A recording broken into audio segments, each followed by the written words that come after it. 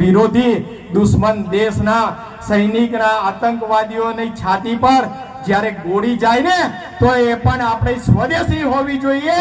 જ્યારે ત્યાં વિમાન એટેક કરે તો એ પણ આપણું સ્વદેશી હોવું જોઈએ અને એમની છાતી પર લખાવવું જોઈએ કે આ ભારત છે, આ નવું ભારત છે, ઘરમાં ઘૂસીને મારતા વાર નહીં લગાડે।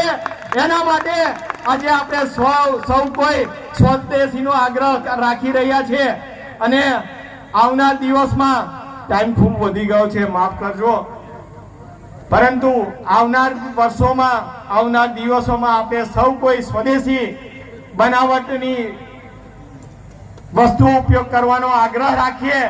અને સૌથી મોટી વાત આપ સૌ પાસે મૂકીશ કે જે રીતે ભારતીય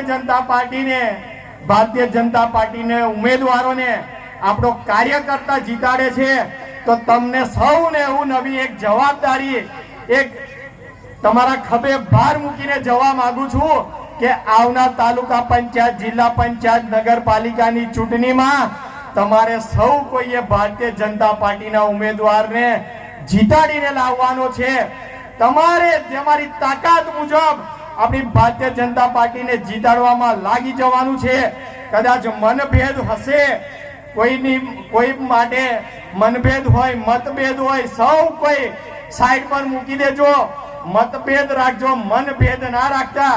પરંતુ જો કોઈ મારાથી ભૂલ થઈ હોય, મારા કોઈ ચૂંટાયેલા સભ્યથી ભૂલ થઈ હોય, મારા કોઈ પણ કાર્યકર્તાથી ભૂલ થઈ હોય તો એ સૌ કોઈ વતી હું આપ સૌ કાર્યકર્તાઓની માફી માંગુ છું। પરંતુ આવનાર દિવસોમાં કોઈ પણ જાતનો મતભેદ રાખ્યા વગર ભારતીય જનતા પાર્ટીના ઉમેદવારને જીતાડીને લાવજો। આવતા વર્ષે ફરી આ જ પ્રકારના સેમિનારમાં આપ સૌનું હું આભાર સાથે સ્વાગત કરીશ। એ જ અભ્યર્થના સાથે આપ સૌને વંદે માતરમ, ભારત માતા કી જય। આપ સૌ કોઈ તૈયાર છો જવાબદારી લેવા માટે?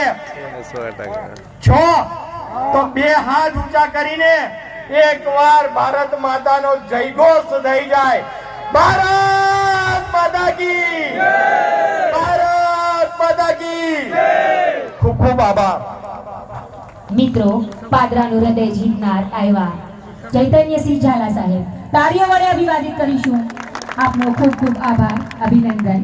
અને જેમના આગમનથી આપણા કાર્યક્રમની શોભામાં વધારો થયો એવા છોટાઉદેપુરના સાંસદ શ્રી આદરણીય જશુભાઈ રાઠવા, જેઓનું સન્માન કરવા માટે સ્ટેજ પર આમંત્રણ છે।